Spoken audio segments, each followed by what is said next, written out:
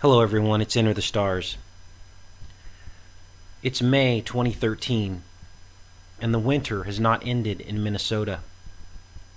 It is the longest winter in recorded history in that region, yet you hear nothing about it in the mainstream media. What you are seeing here are glacial drifts. All of this was predicted during Obama's presidency in an animated film called I Pet Goat 2. And I made these connections back in February of this year. What we are seeing here is the fulfillment of those predictions. Please watch.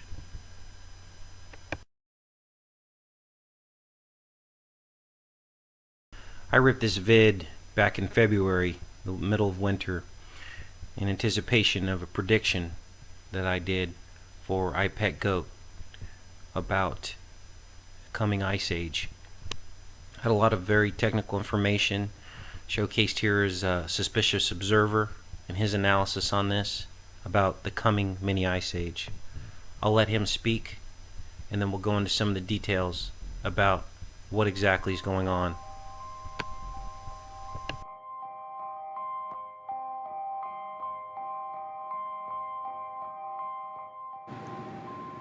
Folks, there is no doubt about it. The planet is warming up. However, if one has access to all the information, one could objectively reason that climate extremes is a more appropriate moniker than global warming. The examples are so numerous, and it's not just temperatures, but severe weather, flooding, drought. And amidst trend and propaganda, there remains a significant possibility that a solar shutdown could swing us into an ice age within a few years. I was initially drawn to this topic while investigating Earth changes for which humans deserve no blame. Earth's upper atmosphere is shrinking, more so than for which NASA can account. If you find some of the many other outlet articles that picked up the story, you're likely to find that scientists were expecting some collapse at solar minimum due to a lack of flares that expand the atmosphere, but they weren't expecting this much. So close to the answer. Lack of flaring collapses the atmosphere. Well, as solar maximum ended in the early 2000s, our solar minimum began normally only to encounter turbulence in 2007. When the coronal holes left their normal polar positions. The solar minimum then embraced her name and dove for the floor, setting low records, and by the time solar maximum should have gotten started, we had gone lower. And as the sunspots slowly began to return, they failed to really get a grip on the sun until March 2011. But look above at how high we had gone the last solar maximum, again in the early 2000s. The red line here is very, very low expert predictions for this current maximum, and actual counts have been even lower. Veteran observers know there is icing on this cake, as the sunspots have not been flaring based on their magnetic potential, but instead decaying when facing the Earth for well over a year now. In 2009, scientists began reacting to the significant solar minimum by offering the topic of a mini ice age up for debate, even if they poo-pooed the idea for the most part. Fast forward through the pathetic solar maximum we've seen so far, many more scientists are now beginning to discuss how the sun could affect our climate. Looking back to the Great Maunder Minimum, we see that part of the time frame of Earth's last mini ice age fits this significant time period. NASA and others have now reinforced the concern about a significant solar shutdown. This book, written by the scientists for whom that Great Maunder Minimum was named, seems to indicate that our observations of Earth-facing sunspot decay are not a new phenomenon. In fact, they had a pretty good correlation to a past solar shutdown. And now, we have this, out of Akron and Duke University. We've waited for a report on the outer planetary effect on the sun, and this one suggests multiple secular variations and predicts a prolonged solar minimum centered around 2030. In other words, it would need to start soon. But then again, it already has, hasn't it? There's not a heliophysicist on the planet who doesn't know that the sun's magnetic field is weakening, and prominent scientists at the NSO have predicted that our next cycle may see a sun unable to produce sunspots.